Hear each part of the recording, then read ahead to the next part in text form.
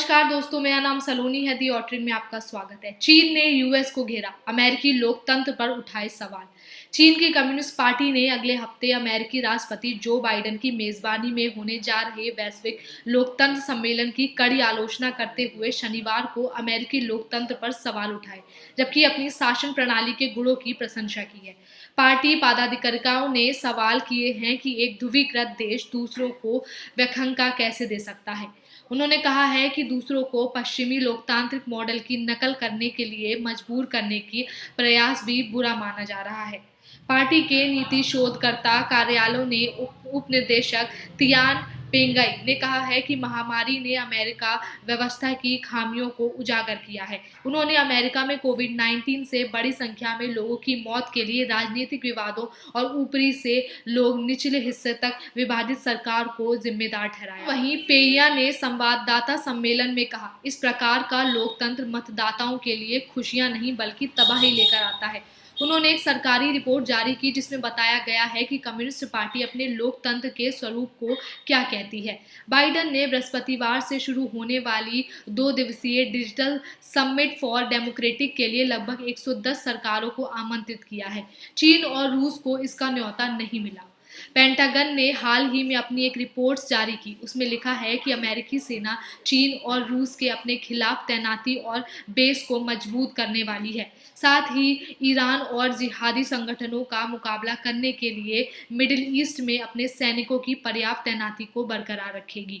America की एक विशिष्ट रक्षा अधिकारियों ने सोमवार को कहा है कि चीन को प्रमुख रक्षा प्रतिद्वंदी मानते हुए अमेरिकी सेना को बेहतर तरीके से तैयार करने के उद्देश्य से पेंटागन गुआम और ऑस्ट्रेलिया में ठिकाने बनाने को ध्यान केंद्रित करना चाहता है। इस कदम को रक्षा विभाग की वैश्विक स्थिति समीक्षा के तहत उठाया गया। अमेरिकी राष्ट्रपति जो बाइडेन ने फरवरी में पदभार संभालने के तुरंत बाद रक्षा मंत्री लॉयड ऑस्टिन को इस समीक्षा का आदेश दिया था।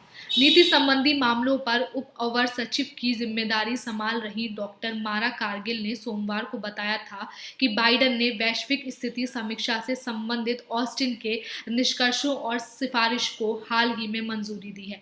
यह फैसला अमेरिका, ब्रिटेन और ऑस्ट्रेलिया के बीच एशियाई प्रांत क्षेत्र के एक नए रक्षा संगठन यानी ऑकस के बनने के बाद दिया गया, जिसका उद्देश्य एशिया में चीन के बढ़ते प्रभाव का मुकाबला करना है। यह सुरक्षा समझौता तब हुआ जब चीन लगातार विवादित दक्षिण चीन सागर पर अपना नियंत्रण मजबूत कर रहा था और ताइवान के खिलाफ लगातार सैन्य खतरे को बढ़ा रहा था।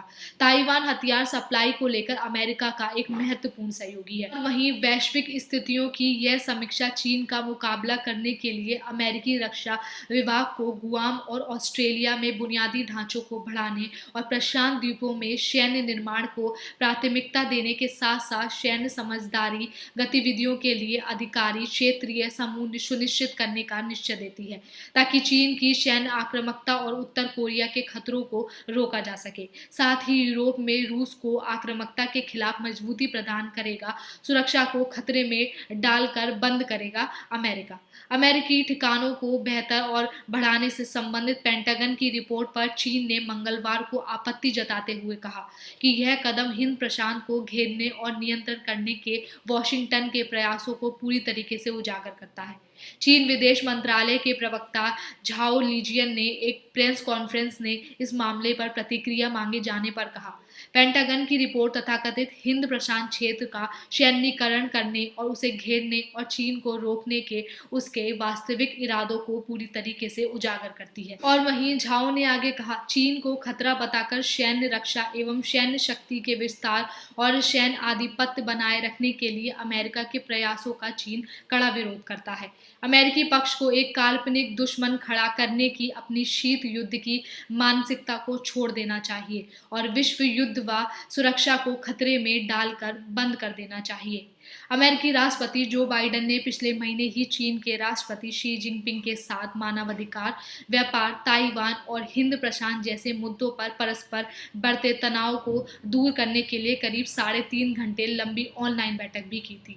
बाइडेन ने इस दौरान एक स्वतंत्र और खुले हिंद प्रशांत क्षेत्र के महत्व पर चर्चा की थी और क्षेत्र में अपनी प्रतिबद्धताओं को बनाए रखने के लिए वॉशिंगटन के निरंतर दृढ़ संकल्प के बारे में भी बताया था। तो आज के लिए बस इतना ही। वीडियो के अंत तक बनने के लिए बहुत धन्यवाद।